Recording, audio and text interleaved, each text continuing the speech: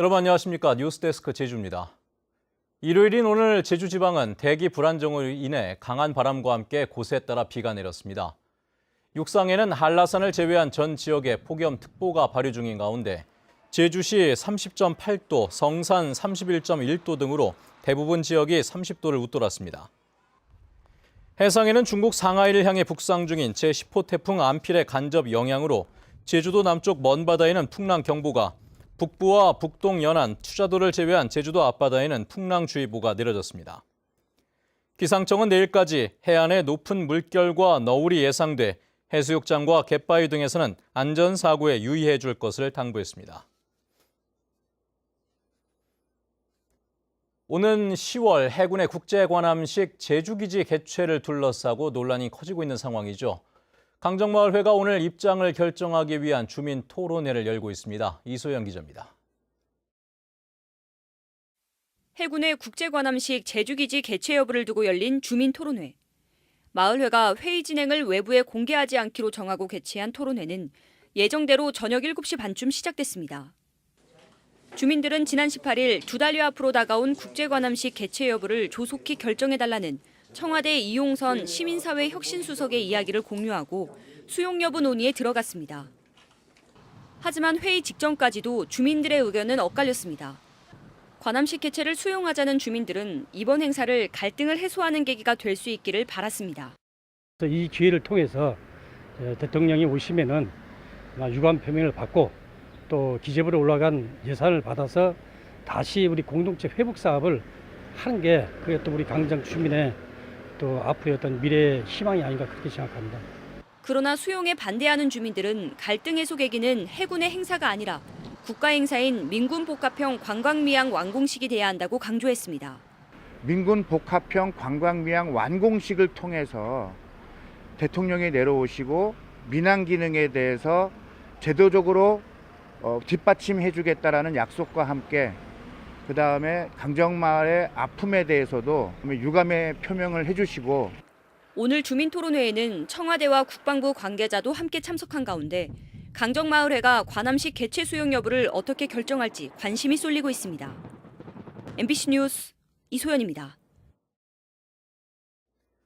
원희룡 지사가 제주공항 주변 웰컴시티에 5,000세대 규모의 주택을 건설하는 방안은 주변 여건과 맞는지 재검토해야 한다고 밝혔습니다. 원 지사는 오늘 현안 조정회를 열어 이같이 말하고 대규모 신도시 개발은 제주도의 전체적인 도시계획 측면에서 접근하고 도민이 공감할 수 있는 공공성을 확보할 수 있는지 신중한 접근이 필요하다고 밝혔습니다. 제주도는 제주공항 주변 개발 계획에 대해 이달 말까지 의견을 수렴한 뒤 구상안을 재검토할 예정입니다.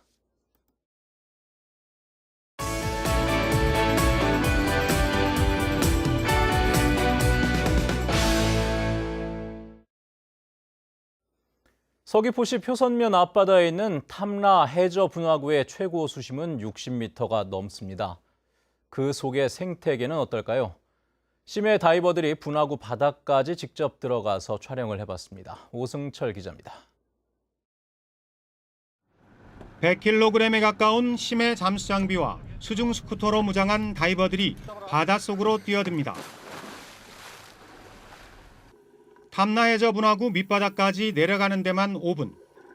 수심 61m, 모래나 파쇄된 조개 껍데기 등 퇴적물들이 쌓여 있습니다. 햇빛도 거의 들지 않아서 생물들을 찾아볼 수 없습니다. 주변 바위를 따라 위로 올라가자 나뭇가지처럼 생긴 해면이 군데군데 눈에 띄고 갈색의 멍게류가 바위를 뒤덮었습니다. 수심 25m, 전갱이떼가 군무를 펼치고 형형색색의 연산호들이 다이버들을 반깁니다. 우리나라에 서식하는 고등 가운데 가장 크다는 나팔고등도 진귀한 모습을 드러냈습니다. 스스로 빛을 발산하는 빛 해파리와 원색으로 치장한 갯민숭 달팽이들, 탐라해저 분화구는 원시의 생태를 품고 있습니다.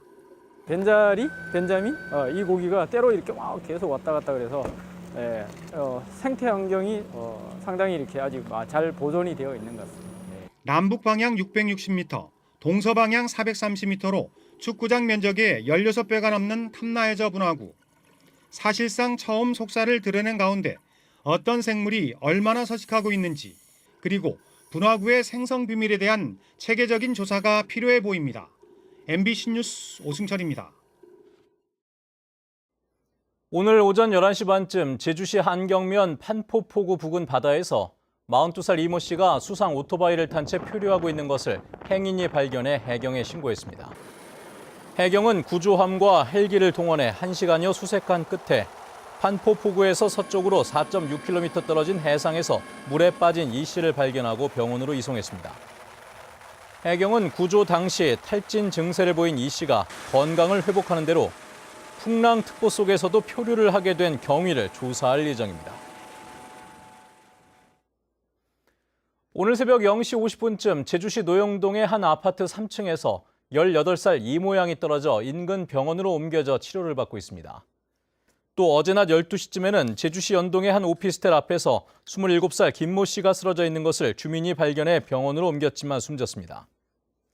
경찰은 김 씨가 오피스텔 4층에서 추락한 것으로 보고 정확한 사고 경위를 조사하고 있습니다.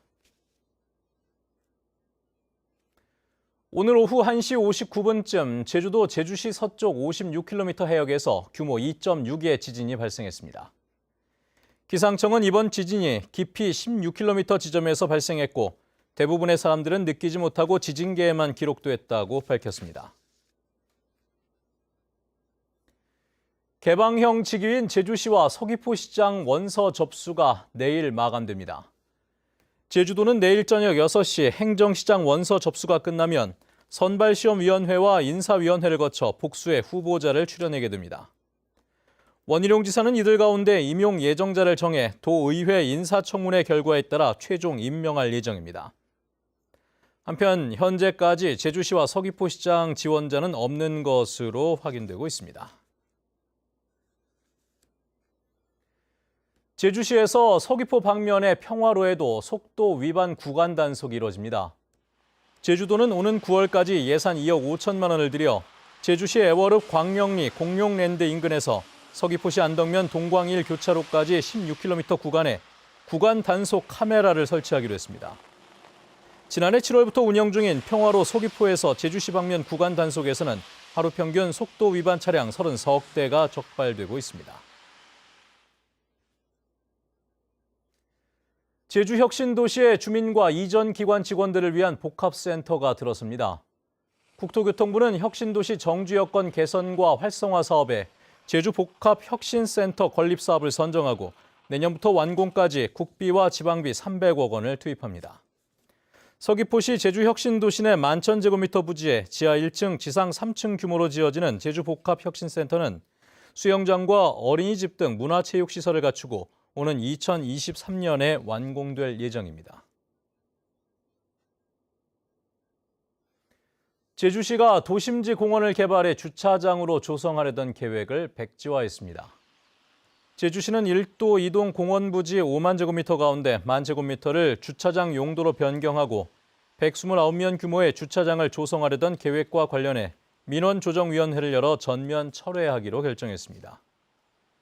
도심 숲 주차장 조성 사업은 지난 2일 착공했지만 주민들이 탄원서를 제출하고 시민단체가 비판 성명을 내는 등 반대 여론이 높아지자 공사가 중단되었습니다. 아동수당 신청률이 낮은 것으로 나타났습니다. 제주도는 지난 20일부터 시작된 아동수당 사전 신청을 받고 있는데 지금까지 18,000여 명이 신청해 신청률이 66%에 그쳐 전국 평균보다 7%포인트 낮았다고 밝혔습니다. 행정시별로는 제주시가 56.9%, 서귀포시가 69%입니다. 뉴스데스크 제주였습니다. 여러분 고맙습니다.